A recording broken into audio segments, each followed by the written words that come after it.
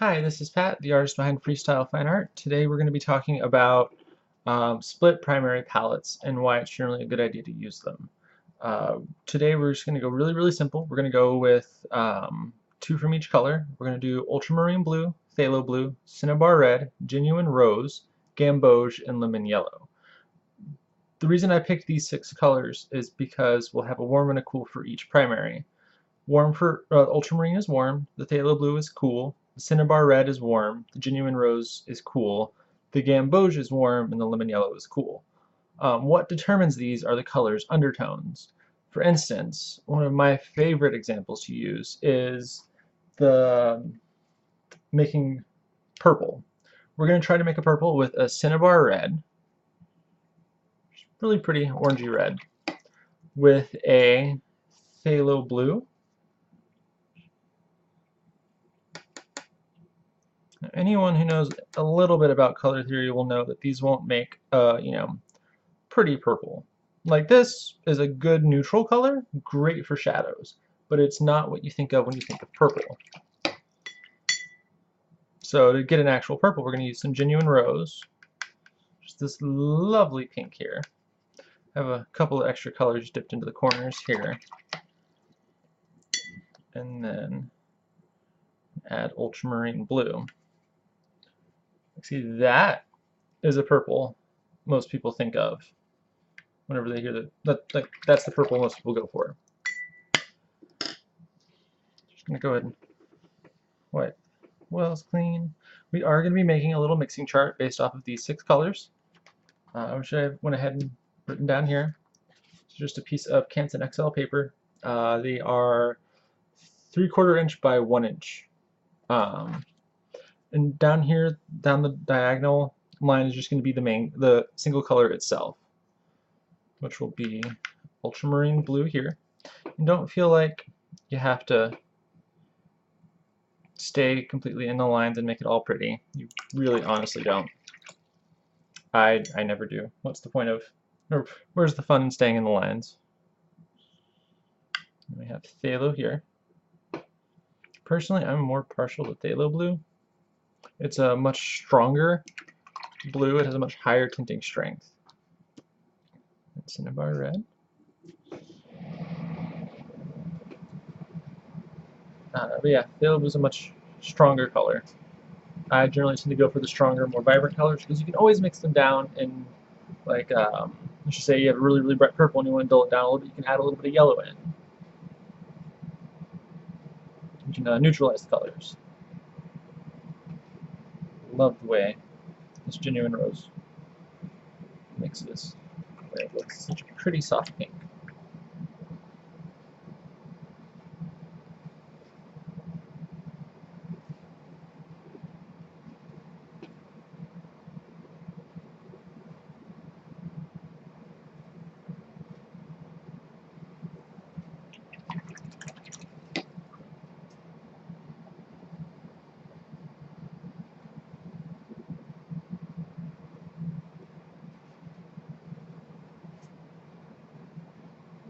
Okay. So as I'm sure you've noticed, there will be, two squares where it's the same mixture, or the same two colors together. For instance, the phthalo blue ultramarine and the ultramarine and phthalo blue, these two squares. What my plan is everything above this diagonal line is going to be watered down, and everything below it is going to be, its full tones. So we're going to go ahead and start off with ultramarine. So since we're going to have 1, 2, 3, 4, 5 different colors mixed in with it, I'm going to go ahead and make 5 little dollops of ultramarine.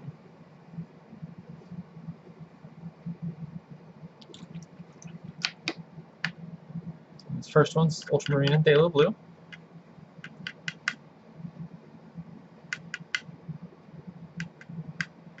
Just, pretty nice neutral color.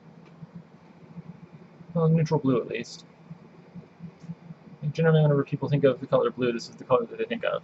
So to water it down, dipping my brush in the water, mixing it up, and putting that up here. The reason why I'm doing this is because oftentimes whenever you have granulating colors, they are going to mix differently the more watered down they are. That's too much red.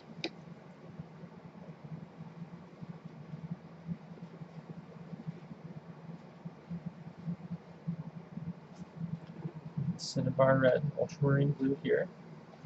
This is a really pretty color. I actually really like this one a lot.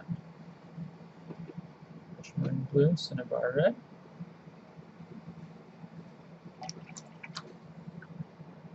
Now we're going to do genuine rose and ultramarine blue, which is a gorgeous color. Very, very pretty purple.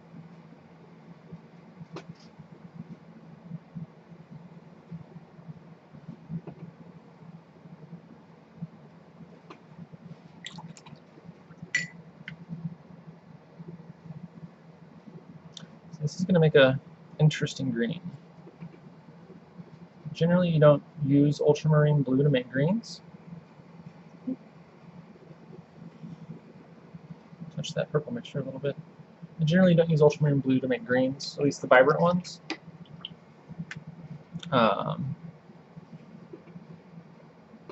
Like this is a good army green, great for like background trees in a forest. Just because ultramarine blue is a warm blue, so it's further away from yellow on the color wheel than, say, a phthalo is.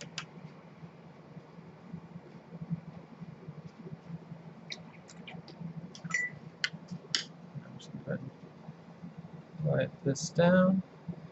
And it's always a good idea to have at least a couple of paper towels with you whenever you are painting, because you kind of always have to wipe your palette.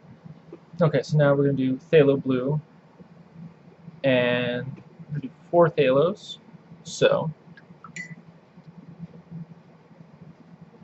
1, 2, 3, 4. And phthalo blue's color dominance is going to be really apparent here. Again, too much cinnabar.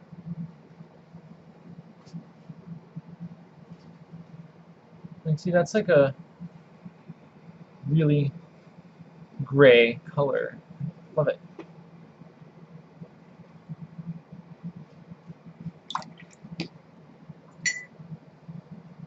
Now we're going to do genuine rose and phthalo blue.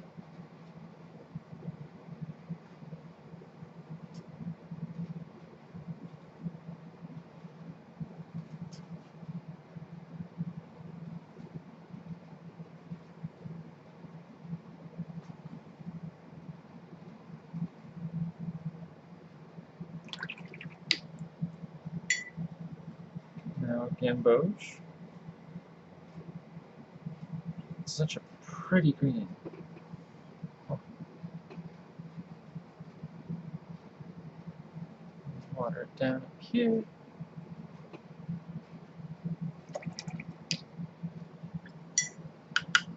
Now lemon yellow. This is going to make the more vibrant green that we're usually, that you kind of want to go for whenever you're mixing colors.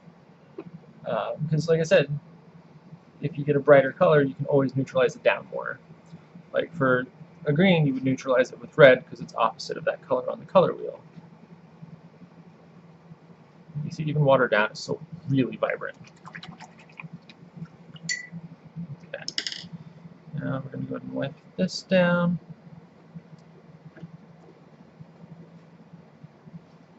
Also, if you do use plastic or metal palettes, be warned, the phthalo colors will stain your plastic and metal to a certain extent. One thing you can do if that bothers you, doesn't personally bother me, is you just use a gum eraser and literally erase it off. But, does not bother me at all. Okay, so now we're going to do genuine rose, and we have 3 of those. 1, 2, 3. So it's going to be genuine rose and cinnabar.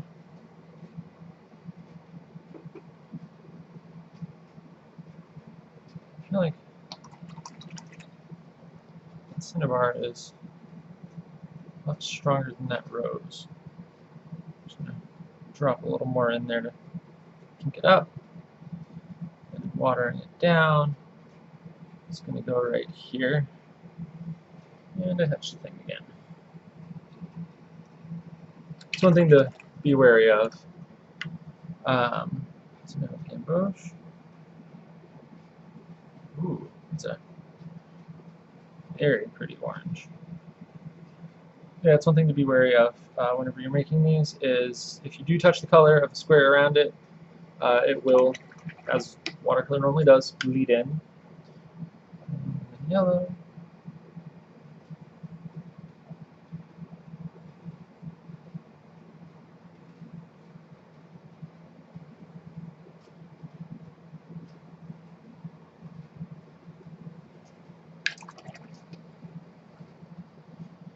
Okay, so now we're going to do gamboge with 2.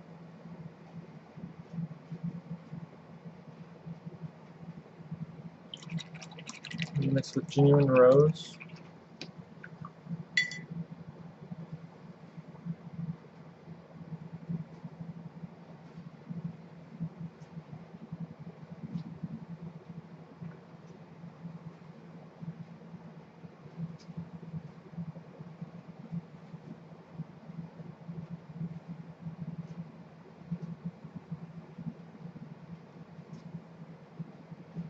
And water it down. Goes there. I'm going to mix lemon yellow with genuine rose now.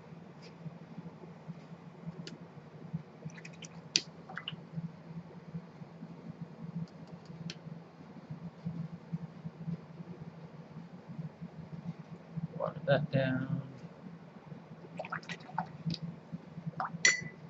Now it's just going to be gamboge with lemon yellow, which creates a nice neutral yellow. Water down there. Okay. Wipe this off. Always clean your palette when you're done painting for the day. And generally, I like doing it whenever I finish a painting too, because I'll restrict a single painting to only a couple of colors most of the time. Let's go ahead and zoom in on this, just to get a better view. Okay, so all these colors you can mix with just 6 colors. One thing I do really like doing is whenever you do use a restricted palette or restricted colors like this, where you only use a few, it makes the whole process and the whole painting look a lot better. It makes the process easier because if you know what your colors are going to do, you can anticipate how to mix them. Like, I'm going to do a quick little rainbow here, using all of the colors that we used today.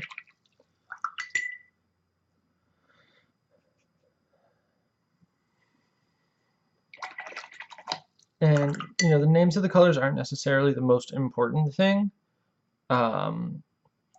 Each set or line of colors will generally have a split primary setup like this. Like the review that I did the other, I think it was last week, of all the kind of beginner watercolor sets that I, generally approve of.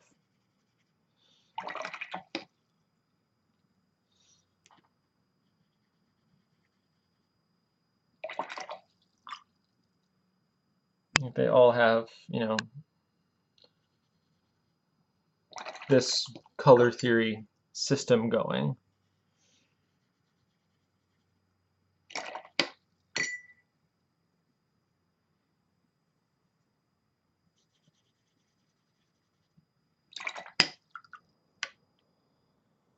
And the pink loops around over here to make this bright, vivid, wonderful purple. And put a little bit of this over here. So like you see, that rainbow is incredibly vibrant. Now it's just all 6 of the colors put in together. Like we have the genuine rose, then the cinnabar, then the gamboge, then we have the lemon yellow, then we have the phthalo blue, and then we have the ultramarine blue wrapping around again to the genuine rose. I would highly suggest making one of these for your palettes. Like, look at that. That way you can kind of understand how the colors mix together. And like, let's just say I was painting a beach scene. I wouldn't necessarily want to use the ultramarine blue for the water. I would probably want to use the phthalo blue and then warm it up with a little bit of lemon yellow, like this, so that you can get that nice, like, tropical green look, or the tropical blue, kind of tealy color that a lot of those beaches have. This is the bare minimum for what you need to paint with. What I would suggest getting as just kind of some extra fun ones is this color right here, which is Payne's Gray. It works as a fantastic neutral, dark, shadowy color. I mean, generally you're going to want to mix your own shadows, but sometimes you just can't get the shadows dark enough, and if you add a little bit of this to it, it creates a nice punch.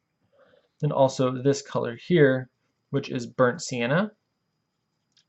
Pretty much every watercolorist uses the Burnt Sienna Ultramarine Blue as their main shadow color. I'm sure I'll actually mix some of that up right here. And it creates like a really nice textural shadow. But yeah, this is all I really got for you today.